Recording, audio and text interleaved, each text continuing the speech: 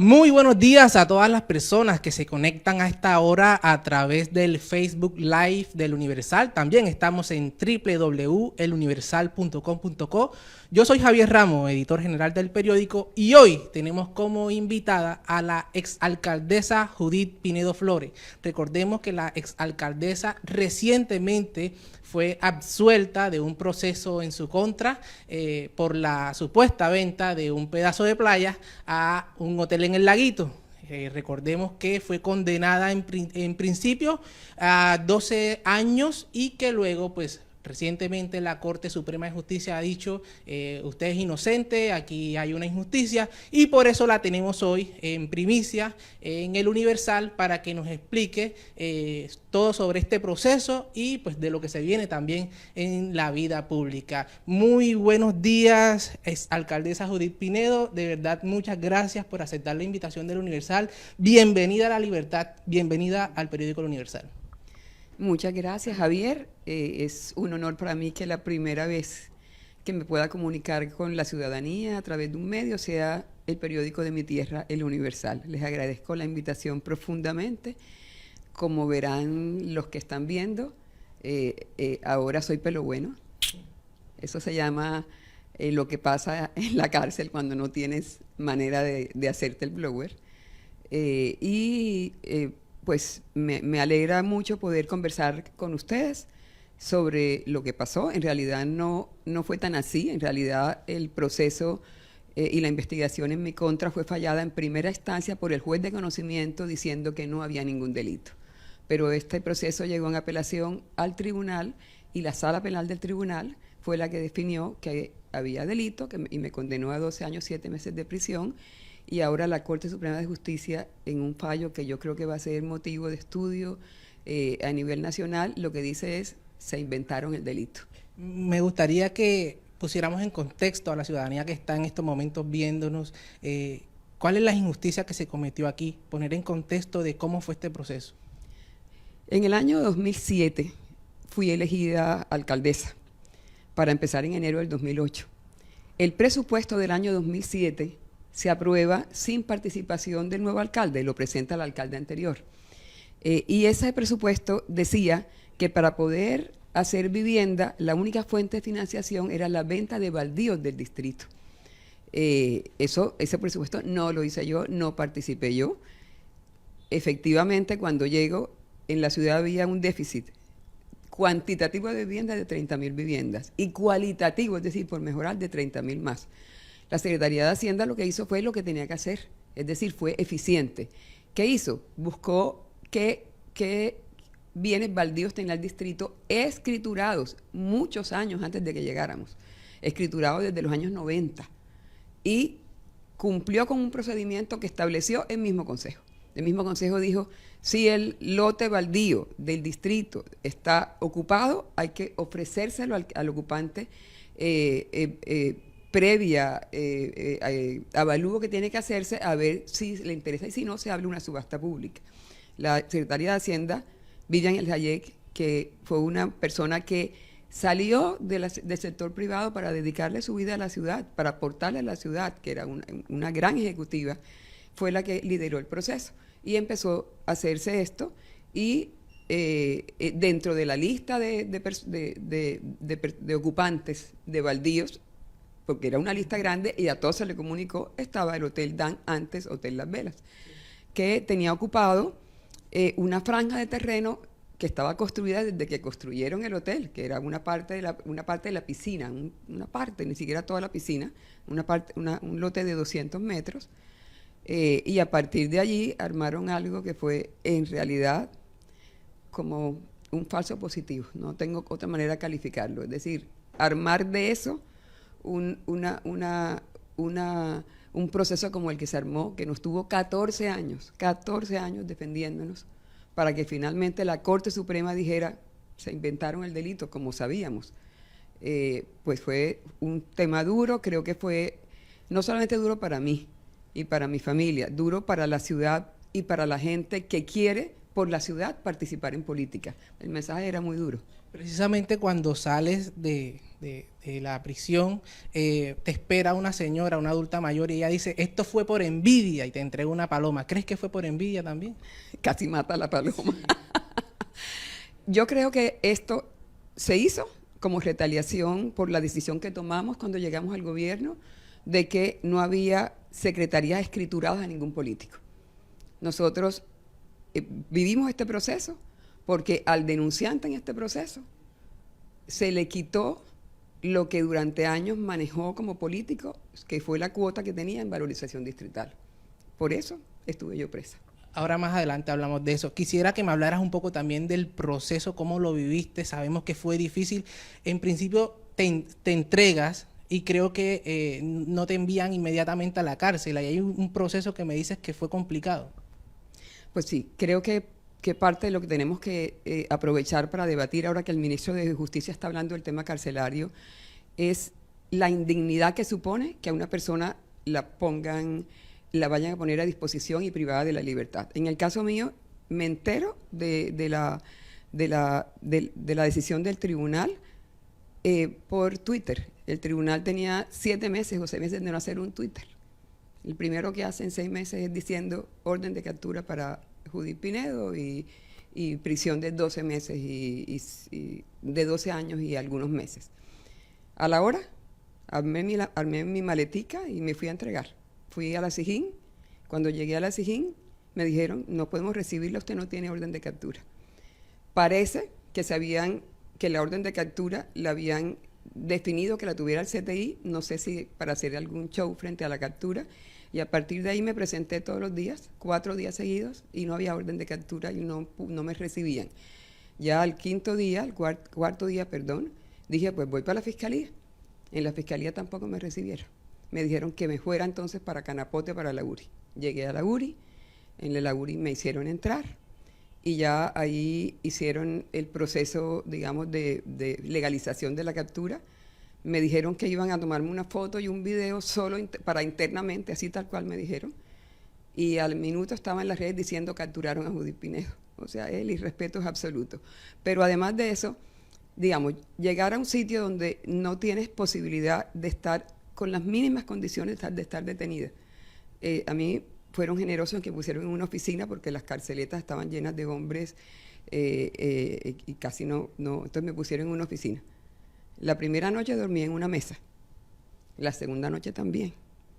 A la tercera me prestaron una camita.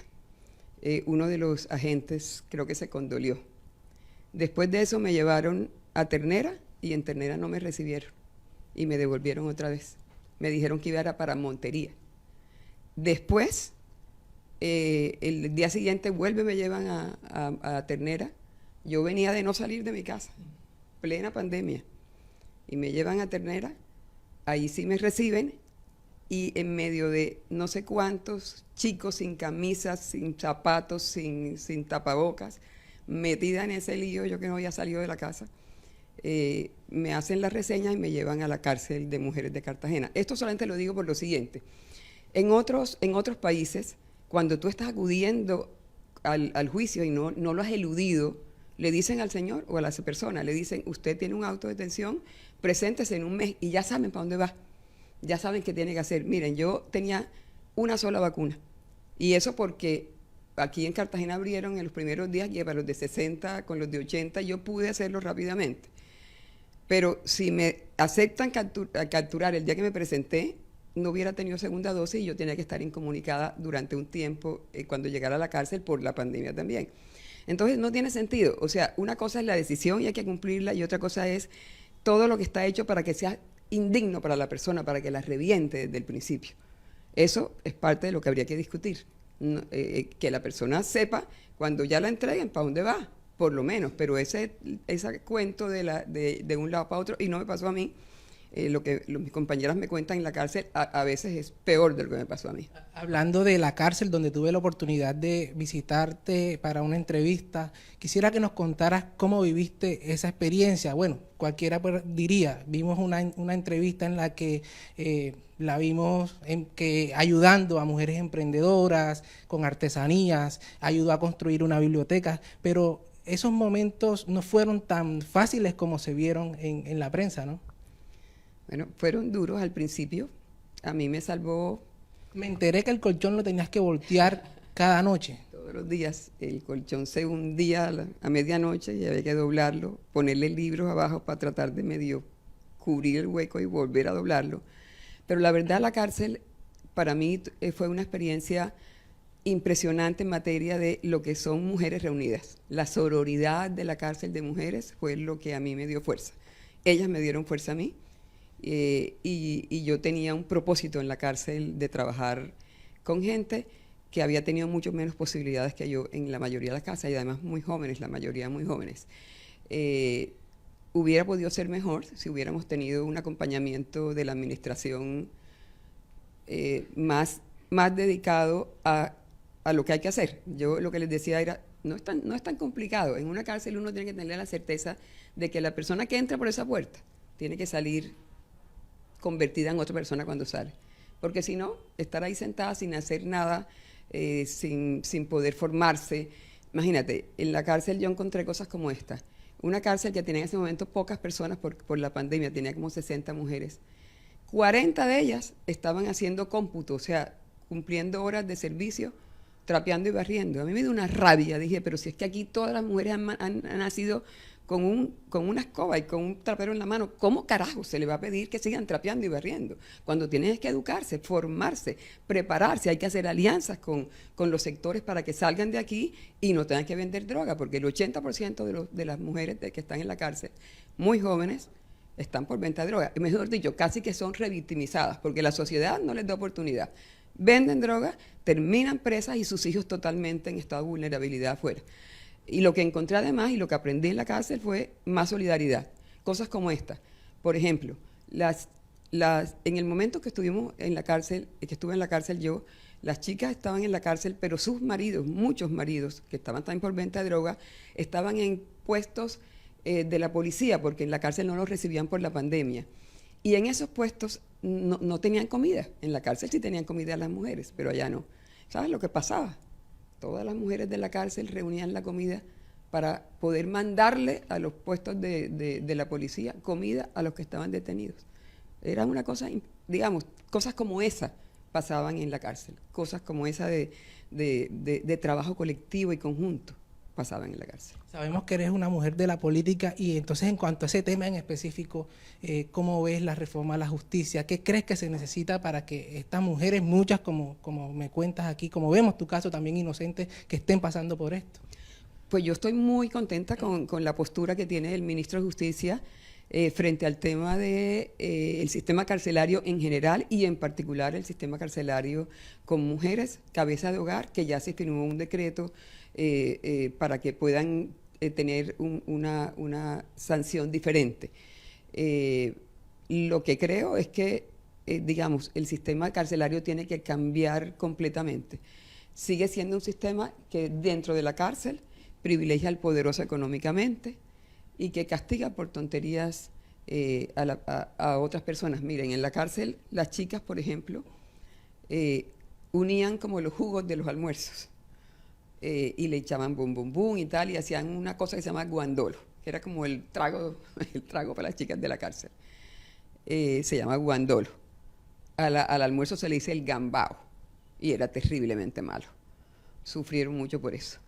Y mientras a alguna chica le cogían una botella de ese jugo fermentado que le llaman ellos, que le llaman guandolo, por la puerta pasaban para gente que tenía plata botellas y no pasaba nada. El sistema carcelario tiene que ser un sistema pensado para que, como el resto de la cosa pública, en la cosa pública aprendimos que a más trámites, mayor posibilidad de soborno.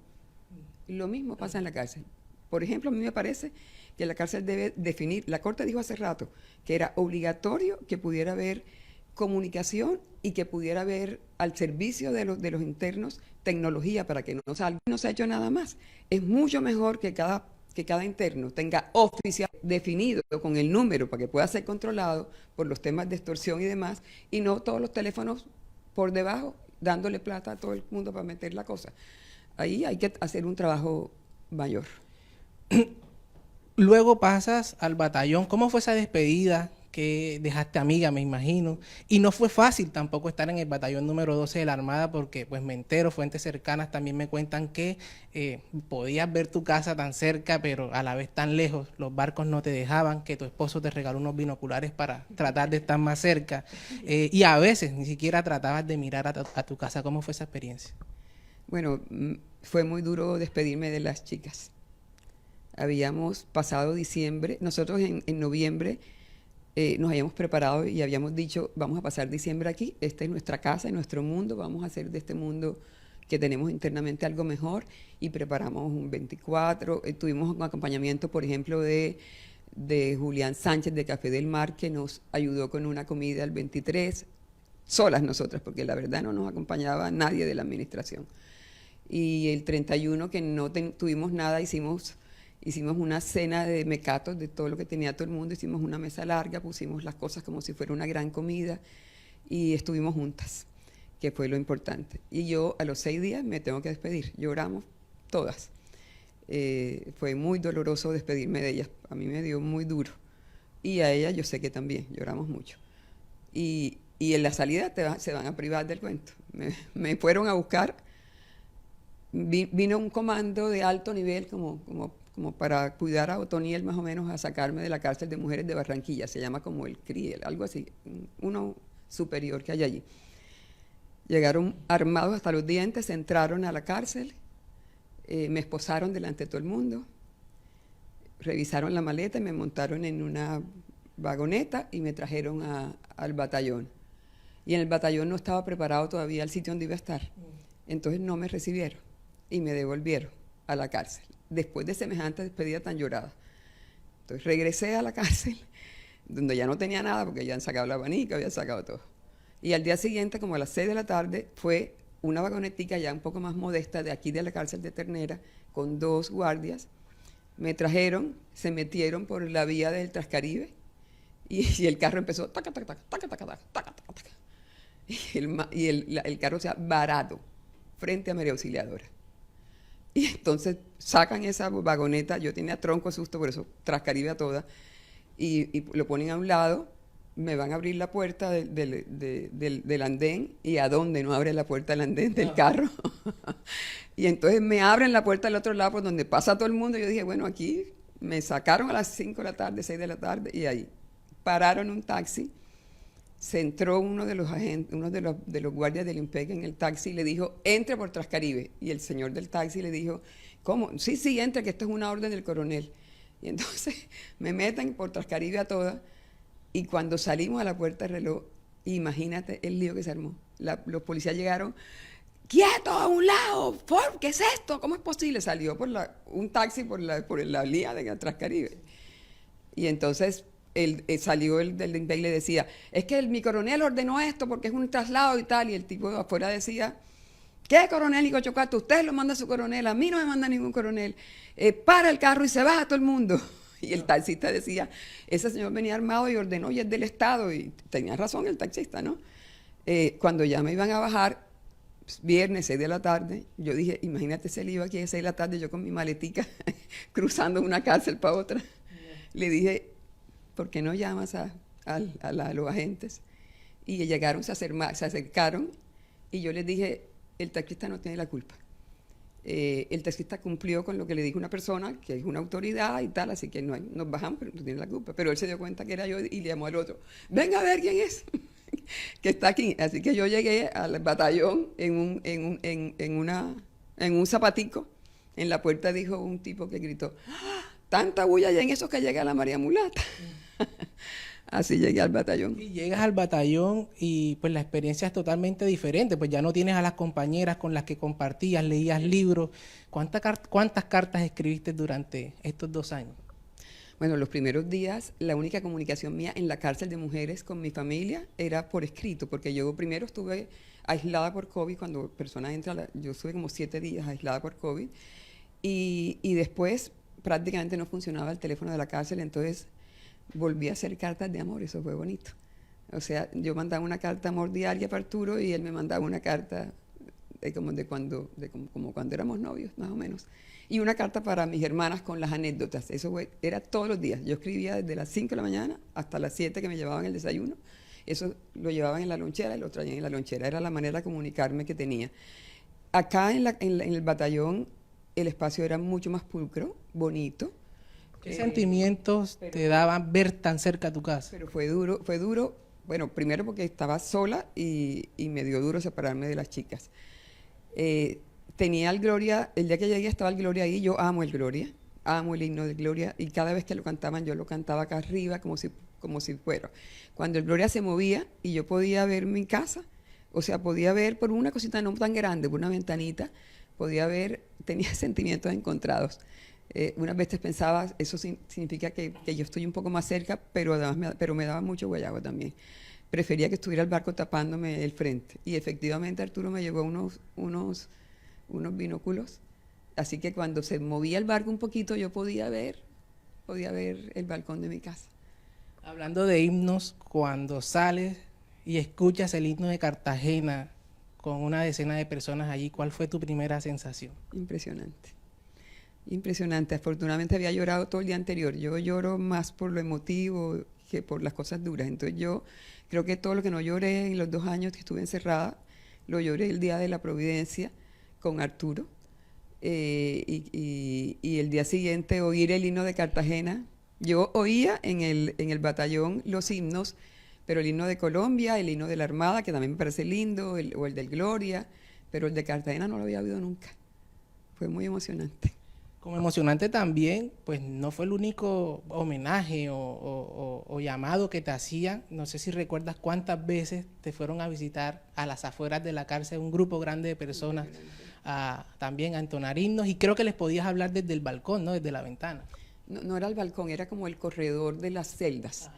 Ahí me montaba con mis amigas y ahí podíamos oír y ahí gritaba a ver si me podían oír. No distinguía a todo el mundo porque todavía tenían tapabocas, era la época todavía del tapabocas, pero fue lindo, respetuoso, fueron como abrazos cortos, pero para decirme que estaban allí.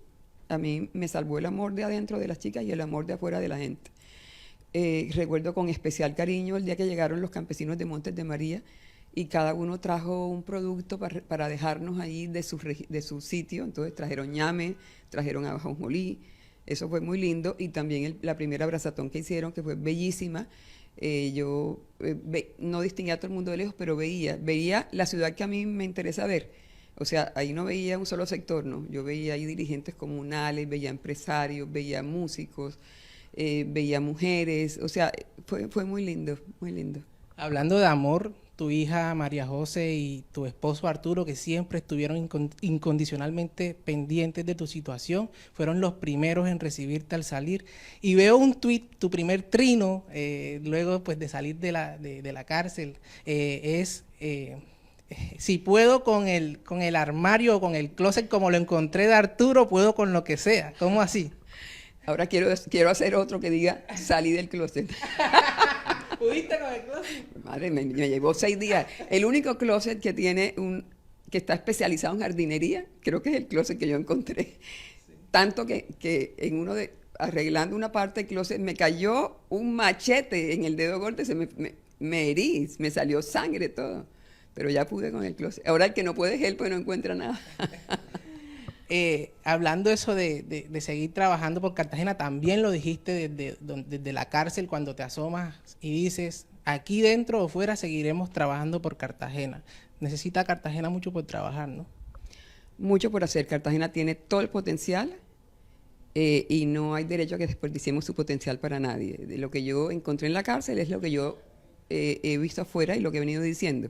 No puede haber 2 ni 3 Cartagenas, tiene que haber una sola Cartagena. Una Cartagena que tenga la posibilidad de acompañarse para poder crecer productivamente, para poder hacer una ciudad con más oportunidades, para poder aprovechar las potencialidades de una ciudad que lo tiene absolutamente todo.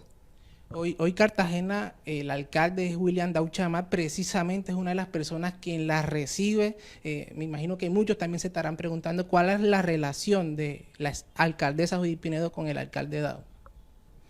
Bueno, yo la verdad voté por Sergio Londoño y lo dije públicamente. Cuando el alcalde Dau quedó, me alegró enormemente que pudiera poner freno a lo que pudiera haber sido una cosa peor para la ciudad. Y me puse a la orden, pero yo entré enseguida a prisión, de manera que no pude ayudar prácticamente en nada. Sé que es un hombre íntegro, que es un hombre honrado. No conozco mucho lo que ha pasado estos 2 años porque yo estaba realmente incomunicada, es decir, yo no tenía privilegios de tener teléfonos, no, yo tenía visita al fin de semana y con mi familia no hablaba pues de nada, de cosas semejantes, ¿no? De manera que estoy bastante desactualizada. El alcalde estuvo en la cárcel visitándome una vez que estuvieron haciendo algo en la cárcel, aprovechó y lo saludé en la de mujeres. Y me sorprendió verlo afuera. Creo que fue un acto de solidaridad del alcalde frente a la situación que puede vivir un funcionario público también de pasarle algo semejante a lo mío. Y por supuesto agradezco que haya estado ahí con toda la gente que estuvo ahí. Lo cierto es que él mismo manifiesta que es un craso error si ella no se lanza a la alcaldía, y no solo él, pues muchas voces a nivel nacional, desde editoriales, también han hablado de todo este proceso, columnistas, de toda tu experiencia también en la administración. ¿Es un craso error si no te lanzas a la alcaldía? Yo creo que es un craso error que la ciudad en general no tenga un diálogo colectivo para hacer más política. Política, no estoy hablando de lo que hacen muchos de los que están ahora. Yo creo que hay que hacer política. Política significa dar un salto importante colectivamente para tener no solo una alcaldía buena, sino un consejo que no nos dé vergüenza. Un consejo que tenga una mayoría pensando en la ciudad. Aquí eso ya ha pasado. Aquí hubo un momento en donde un grupo de empresarios y de ciudadanos decidieron poner la cara por la ciudad. En ese momento el eslogan era algo así como hay que prender la luz para encender la luz hay que prender algo para iluminar la oscuridad, algo así. Y en ese momento yo me acuerdo de que me contaron ellos mismos, gente como Enrique Zurek, como José Vicente Mogollón, salieron a hacer una lista para trabajar por la ciudad y se logró. Es que cuando hay una decisión colectiva de mucha gente participando, aquí hay gente muy buena en temas educativos, muy buena en el sector cultural, muy buena en el empresarial, muy buena en las comunidades. Aquí lo que hemos tenido es una dirigencia politiquera que definió que Cartagena era el mejor sitio para hacer los negocios y se vino para Cartagena. Y eso hay que ponerle costo. De manera que yo, participando en una cosa colectiva, pues por supuesto me veo. Me da la sensación de que no descarta que podría aspirar a la alcaldía de Cartagena, pero también está la pregunta de que podría estar inhabilitada. ¿Qué es eso? ¿Son 70 millones o algo que debe también en un proceso? Eso debe caerse. Esa es una sanción que impuso la Contraloría, que la demandamos ya. Realmente creemos en derecho que no tiene ningún sentido que estuvo mal fallada. Y aquí entra en un tema que es muy importante para el tema de entender los gobiernos y lo que tienen que enfrentar. Miren, aquí el sistema político colombiano está hecho para que gobiernen los que quieren meterse la plata pública en el bolsillo. Ese sistema de que los consejos y los congresos eligen contralores y procuradores es perverso para quien quiere portarse bien. Porque los que hacen alianzas, ahí no pasa nada. Es decir, si yo hubiera hecho una alianza para que me eligieran el contralor que yo quería y el personero que yo quería, aquí no hubiera pasado nada. Pero ellos pero hubiera seguido el mismo cuento de que cada uno tenía una secretaría a la cual les rendía cuenta el nombrado y las contrataciones eran turbias, y eso no debe pasar. Pero es difícil lograr que un funcionario pueda hacer eso. Digamos, a quienes hemos hecho algo así nos ha tocado duro. A Antanas Mocus le tocó duro cuando le tocó hacer lo mismo. A Sergio Fajardo, que creo que tiene también un poco de investigaciones por lo mismo. A la gente que ha sido, digamos, independiente y muy fuerte frente al uso inadecuado de lo público, le toca durísimo. los que hacen alianzas no les pasa nada, absolutamente nada. Que no es un secreto que detrás de su denuncia que la llevó a prisión está William García Tirado, quien fue concejal en la época que ella fue alcaldesa y que se está lanzando nuevamente a la alcaldía de Cartagena, y quería preguntarle precisamente por eso. ¿Qué mensaje le envía a esta persona que estuvo detrás de su denuncia? No, mensaje para el señor no, mensaje para la ciudad, para que sepa quiénes se están presentando. Cuando era presidente del Consejo, fue quien firmó la reglamentación para poder vender baldíos. Y por supuesto tenían que tener la lista de los baldíos completos cuando hicieron esa regulación. Y cuando yo llego a la alcaldía, que está el presupuesto aprobado del año anterior, en ese presupuesto, esos concejales, entre los cuales se encontraba él, son los que ordenan que para poder hacer vivienda hay que vender los baldíos. Después de eso, y por el único hecho de que quedó, es decir, perdió la cuota política histórica que tenía en valorización distrital, y pregúntense y investiguen ustedes cuánto recaudaba valorización antes de llegar nosotros y qué pasó de un año a otro, con cuánto se recaudó en el primer año de nuestro gobierno, cuando se pusieron en orden las cosas. Entonces lo que el señor hace es que se desquita a los 10, 11 años, lo llevan siendo candidato, lo llevan a declarar con policía porque no se había atrevido a ratificar la denuncia como tal. Le toca ir y entonces dice que no le cuesta nada, que él solo oyó un rumor y que por eso puso la denuncia. Esa es un poco la historia de este falso positivo. Hablando de aspirantes a la alcaldía, no sé si has tenido tiempo de ver si hay alguien con las capacidades, bueno, teniendo en cuenta que no me has respondido si sí o si no vas a la alcaldía, ¿ves a alguien con esa posibilidad entre los candidatos de liderar a Cartagena como se merece? La verdad no tengo toda la información, el closet de Arturo me ha llevado mucho tiempo, pero sé que hay muchos. Y creo que la discusión de Cartagena no puede ser quién va a la alcaldía. Tiene que ser cómo Cartagena entera, en un diálogo social incluyente con todos los sectores políticos, se sienta y se pone de acuerdo sobre lo fundamental. Cómo reducimos pobreza, cómo invertimos los recursos para crecer económicamente, qué es lo que tenemos que hacer aquí. Esa es la decisión que hay que tomar. No solo un tema de nombre de alcaldía, no. Hay que ir más allá, hay que hacer más política y hay que entrar con más sectores a la política. A mí me encantaría ver gente que ya salió de lo que estaba haciendo, sentado en el consejo pensando en la ciudad, tirando líneas por la ciudad, y no este espectáculo de gente que se sabe que está allí viendo cómo extorsiona al alcalde de turno. Esa es la discusión que hay que dar, y a mí, pues yo no la voy a eludir, voy a participar en esa discusión. Sin nombres, ¿a cuántos crees que hay que cambiar en el Consejo de Cartagena? Mira, es grave, es realmente grave lo que pasa ahí. Ahí tiene que haber gente, ciudadanos, ciudadanas. Ojalá, me encantaría, por ejemplo, una presencia muy fuerte de mujeres, de docentes, de empresarios, de gestores culturales. Hay que ponerse una meta, que hay que decir, miren, para poder tener un consejo a la altura de lo que la ciudad requiere, tenemos que sacar tantos votos y meternos todos en el asunto, de todos los sectores. De la derecha, de la izquierda, del centro, porque en este momento construir en la ciudad sobre la base de los antagonismos políticos tan fuertes que hay no es posible. Lo único que es posible es sentarnos, ponernos de acuerdo en temas fundamentales. Eso hay que hacer. Hablando de temas fundamentales, pasemos a los problemas del país.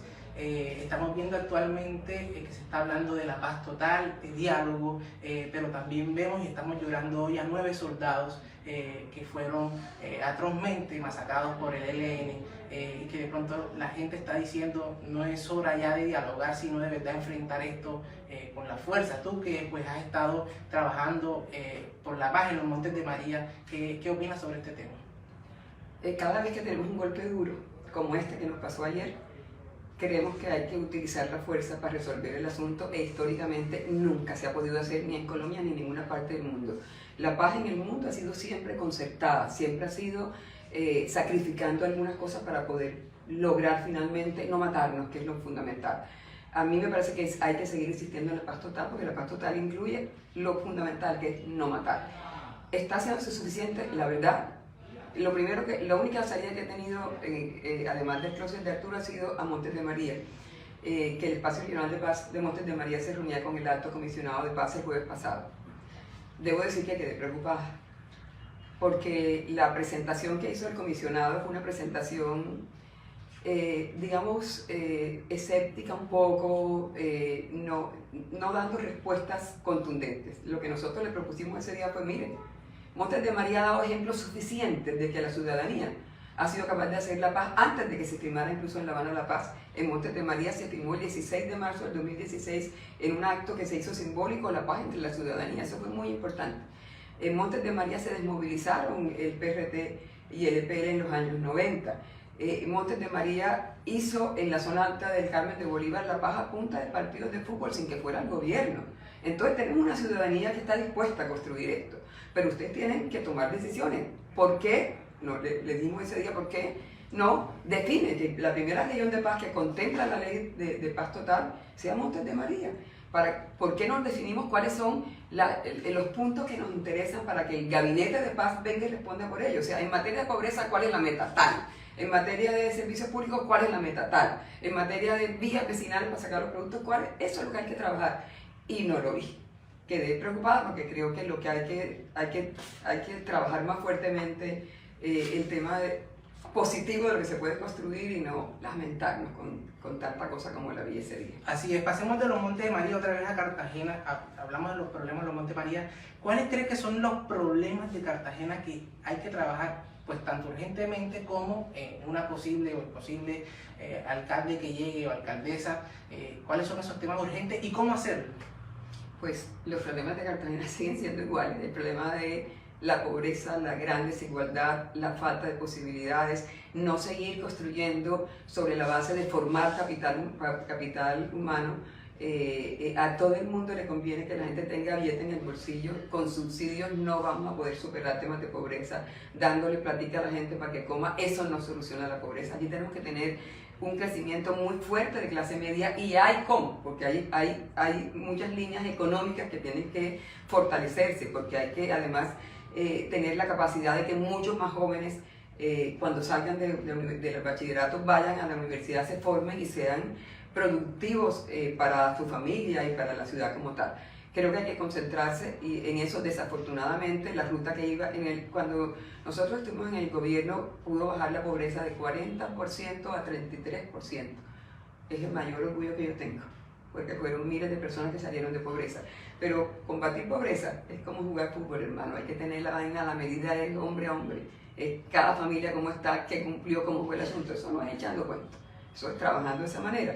Y creo que hay que seguir haciendo esfuerzos en ese sentido. Y la inseguridad también nos está golpeando duro. Pero la inseguridad tiene mucho más que ver con un tema regional que hay que abordarlo de esa manera. Es un tema de tráfico de estupefacientes y hay que sentarse a mirar desde ese punto de vista más el tema de inseguridad también. ¿Cómo hacer, por ejemplo, para la educación? También es un problema grave que tiene pues relación con la pobreza. ¿Cómo hacer para que no vuelva a pasar, por ejemplo, que en administraciones, como ocurrió ahora, que los niños pues duran 3 semanas sin clases porque no se ha contratado PAE o no se ha contratado, aseo o vigilancia? Terrible. Eso es falta de planeación y falta de administración. Eso no puede pasar. O sea, a estas alturas, nosotros en la cárcel, del año pasado del 21 para el 22, el 1 de enero no había comida en la cárcel. Afortunadamente nosotros habíamos pedido permiso para hacer el primero un sancocho y nos habían dicho que no. Y cuando ya no teníamos comida, sacamos la patria nosotros mismos, hicimos un sancocho y fue la mejor comida que se tuvo en el año en ese momento. Es decir, son temas de administración que son sencillas, eso no tiene ciencia, eso simplemente se tiene que hacer a tiempo la contratación para que no pasen cosas como esas, eso no puede pasar. Así es, exalcaldesa, en este espacio pues la estamos entrevistando luego de su liberación y vamos a tener a cada uno de los aspirantes o de los candidatos a la alcaldía de Cartagena. Ya cuando esto tome forma, no sabemos si la vamos a tener por aquí entonces prontamente. Yo quiero terminar diciéndote lo siguiente. Los que me metieron en eso querían fregarme con él, me querían ir a matar y sacar del camino. Y de la cárcel salgo, como dijo Karol G, triple M, más buena, más dura, más leve. Más leve. Muchas gracias de verdad por estar aquí en el Universal. Muchas gracias a todos los que se conectaron.